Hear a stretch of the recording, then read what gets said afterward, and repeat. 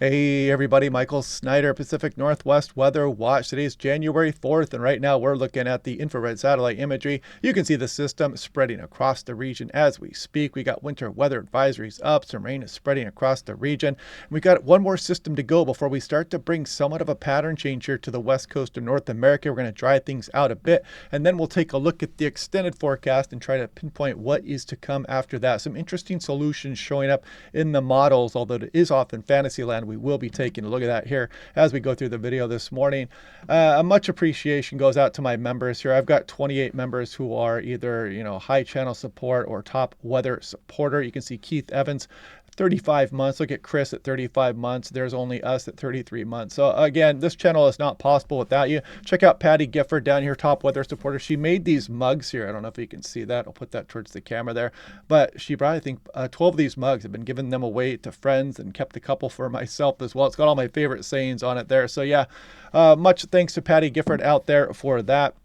Now, the Tempest Weather Flow Station here, you can see all the stations out here across the region. The more we get, the better, because these are interactive stations. They talk to each other, and when you're around these stations here, they can kind of pinpoint precipitation amounts for individual stations a bit better. But I highly recommend this weather station. I'm going to put it up on my big pole because I was checking this most when I was in Hawaii, watching the wind as it came across there, and I was very impressed with the smartphone updates, and it was telling me when it started to rain at my house.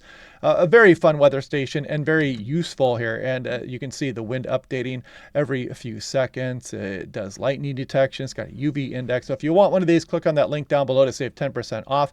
0.51 inches of rain yesterday. It picked up. My Davis, a more professional station, picked up 0.56 inches of rain, so pretty close, but you're going to be spending thousands of dollars for some of the more professional weather equipment. Now, take a look at Seattle, Tacoma. Again, the winter weather advisories for the Cascades here. This goes on through tomorrow morning, and take a look here. Precipitation could briefly be in the form of freezing rain at Snoqualmie Pass. So Snoqualmie Pass is at 3,000 feet, not technically in this winter weather advisory, but you got to remember that some of that cold air could be trapped there on I-90. And some snow accumulations up to a foot for greater than 3,500 feet. Spokane talking about that as well. I see some of the higher terrain there across northeast Washington. Stevens Pass 8 to 12. Look out past 4 to 6 across I-90 going through the Idaho Panhandle towards the Montana border. And this goes all the way on in through early Sunday. Now, Portland, Oregon, something similar here as well. Winter weather advisory, a little bit higher snow levels here across the Oregon Cascades. You can see 4,000 feet, highest accumulations above 5,000. So here we go with the European, the 12Z run. Let's take a look what it is showing here. We're going to take a look at that system rolling through. And again, you can see the mountain snows going on through tomorrow morning.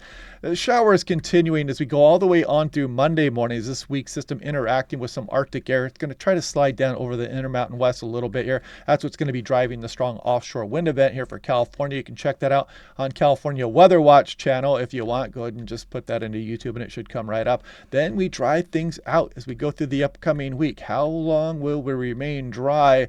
Not quite sure just yet. It does show a system coming in here as we go through the day on Friday. We'll be watching that one here, and then another weak system after that. But you can kind of see the ridging deflecting the storm track north for a period of time. And then we scroll way out into the extended forecast there, and you can kind of see nothing too strong headed our way. But we may be headed towards a cooler pattern as we go through the end of January. More on that here in a moment. Now, looking at the European versus the GFS on the right. I just showed you this one on the left. So the GFS here on the right, pretty good model agreement, potential for that weak system as we go through the mid portion of the week coming up. But the GFS is definitely among the cooler solutions here, especially this 12Z run. Check this out as we scroll off into the extended forecast. You can kind of see some of these lows pinwheeling here, some Arctic air trying to drop down across Western Canada. These would be fun solutions. And so we'll be watching some of this activity over the next few days. Purely fantasy right now, but what else do we have to do but grasp at straws in the extended forecast, right? But do take it with a grain of salt, of course. Now looking at the European, the 12Z run, look at this 15-day precipitation anomaly, well below normal. And if I scroll down here to show you the key at the bottom, you can see once you get into these reds, that is no good. You're looking at a lot of areas, widespread 2, 3, 4, 5-inch precipitation deficits over the next couple of weeks across much of the west coast. It's a storm track clearly up north across the Gulf of Alaska into South Alaska, maybe some of Southeast Alaska. GFS, very similar here also. You can see over the next 16 days that precipitation anomaly Now, looking at the European, this is 500 millibar height. So, excuse me, as we extend out in towards the second half of January, not much in the way of cooler air. Excuse me, frog in my throat this morning.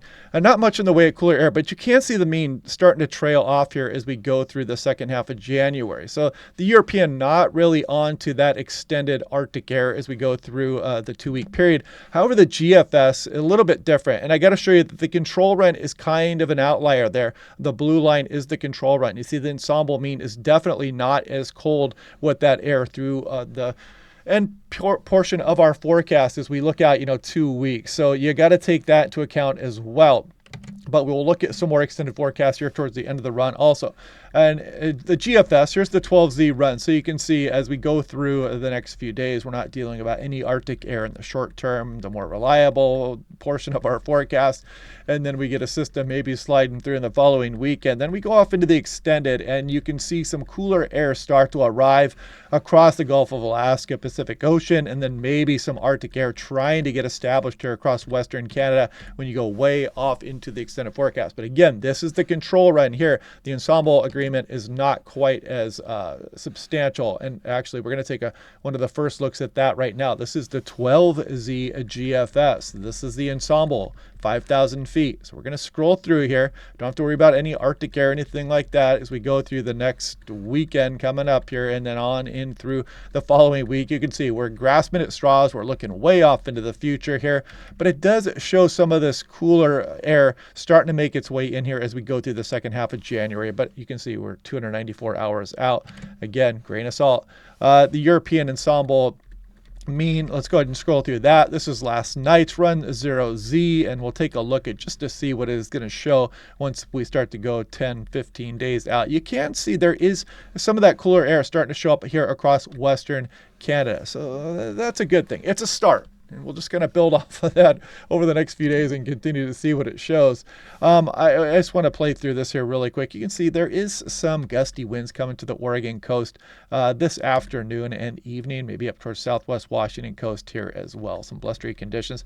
Then one more system rolls through here before we get that pattern change. We start to develop some ridging here across the west coast of North America. And we could have some offshore winds at times, but who knows? And then you can see we reverse the winds back up out of the west. We look way off into the Fantasyland portion here, and then you'll start to see probably some of this outflow, some Arctic air. There it goes. You can see the offshore flow there. That would kind of be the GFS in its Fantasyland Arctic air. Probably, that's a very low confidence as of this point. Entertainment purposes only.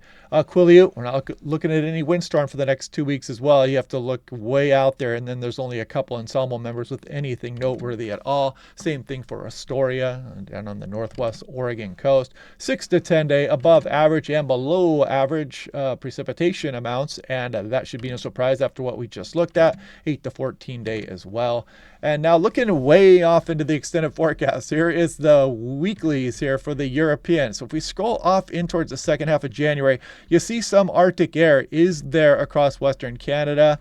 That shrinks back a bit here, but as we go towards early February, that is a much better signal here. So, it's something, right? But purely, again, just purely fantasy, purely for entertainment purposes only. We'll just continue to watch it until we get closer. At some point, you think we are going to get some hint of cooler air trying to get back into the Pacific Northwest. Now, take a look at Pacific North American oscillation. You can kind of see that also through the extended forecast there. If I scroll down, you can kind of see this is in early February. Maybe some of that Pacific North American negative where we get the troughing here over the Pacific Northwest, and maybe some cooler air trying to move in. If we take a look at the CFS daily, let's just go ahead and see what that shows as we go towards the end of January. And you can see it does hint at that potential there as well. So, yeah. Anyway, probably spending a little bit too much time on the extended forecast there, but what else here with the big precipitation deficit coming up here over the next 2 weeks? We'll just continue to take a look and see what is to come. Again, anything regarding Arctic air is purely a fantasy forecast as of right now. You take it with a grain of salt as entertainment only. We're just trying to sniff out any pattern that may be developing towards the end of January and through early February. And as you guys know, some of our best snow years in the snow events can occur during the month of February. So anyway, click like and subscribe. We'll do this all again tomorrow, and we'll see what's coming, and I will talk to you guys then.